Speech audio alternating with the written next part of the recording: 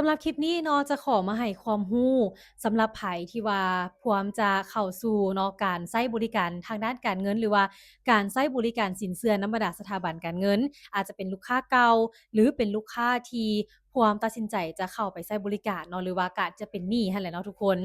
ซึ่งผ่านมาเราก็ได้เว้าไปหลายๆคลิปแล้วเนาะว่าเวลาที่เราไปกู้เงินเป็นหนี้ต่างๆเนาะควรจะมีการชำระให้กงมือเนาะควรชำระให้ปกติเพื่อที่จะสร้างเครดิตดีให้กับตัวเอง แต่ว่านอกจากการที่ว่าเราชำระเงินกู้ดีแล้วเนาะ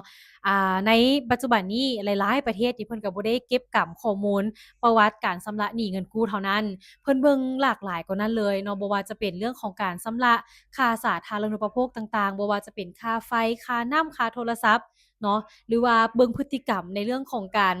ไปลิ้นไปเที่ยวการชอปปิงการใช้บัตรเครดิตหยังต่างๆเนาะ อันนั้นแม่นอยู่ต่างประเทศ แต่ว่าสำหรับอยู่ประเทศลาวของพวกเราเนาะปัจจุบันนี้ทางเวียกงานข้อมูลข่าวสารสินเชื่อเพิ่นก็ได้เริ่มแล้วเนาะเพราะว่าก็อิงตามบทเรียนของหลายๆประเทศเนาะแล้วก็เพื่อเป็นการที่จะวิเคราะห์ลูกค้าเงินกู้ของตัวเองนั้นให้มีความชัดเจนให้มีความถูกต้องหลายขึ้นเนาะ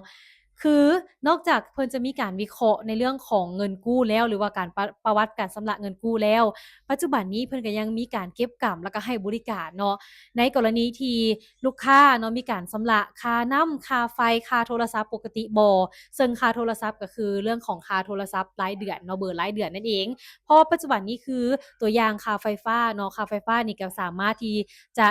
ติดหนี้ได้เนาะบางเดือนเราก็บ่จ่ายก็ได้เนาะติดเป็นเวลา2เดือน3เดือนอิหยังประมาณนี้หรือว่าบางกรณีก็คือจ่ายเนาะจ่ายแต่บ่เต็มร้อยเนาะ อันนี้แหละประวัติของการชำระค่าน้ำค่าไฟต่างๆนี่เนาะก็ถือว่าสามารถนำเอามาเป็นการวิเคราะห์เนาะวิเคราะห์ความเสี่ยงของลูกค้าหรือว่าวิเคราะห์พฤติกรรมของลูกค้าผู้นี้ได้ว่าเราเป็นคนมักจ่ายเนาะจ่ายหนี้ต่างๆนี่แบบปกติบ่หรือว่ามักหมุนซ้ายหมุนขวาทนจ่ายไปประมาณนี้เนาะก็จะสามารถเบิ่งพฤติกรรมของลูกค้าได้หลายอย่างได้หลายแบบได้หลายกรณีซึ่งว่าเวียกงานข้อมูลข่าวสารสินเชื่ออยู่ในสปปลาวของพวกเรา ปัจจุบันนี้ก็ได้มีการเก็บกำและก็การบริการดังกล่าวนั้นแล้วแต่ว่าเนาะปัจจุบันนี้หลายๆสถาบันการเงินก็อาจจะยังบ่ทันได้เห็นความสำคัญและก็ยังบ่ทันได้ใช้ผลิตภัณฑ์ดังกล่าวนั้นหลายเท่าที่ควรแต่ว่าเนาะเราก็อยากจะมาให้ความรู้ไว้ตื่มสำหรับไผที่ว่ารู้ไว้แล้วแบบนี้เนาะก็อาจจะมีการปรับเปลี่ยนพฤติกรรมของตัวเองโดยเฉพาะแม่นการชำระค่าต่างๆนี่แหละบ่เฉพาะแต่เงินกู้เท่านั้นเนาะ เราควรจะมีวินัยหรือว่ามีสติอยู่ตลอดในการชำระค่าต่างๆเนาะที่ว่าเป็นสิ่งที่จำเป็นนั่นแหละบ่ว่าจะเป็นค่าน้ำค่าไฟค่าสินเชื่อแบบนี้เนาะเพราะว่าทุกสิ่งทุกอย่างนี้เนาะมีผล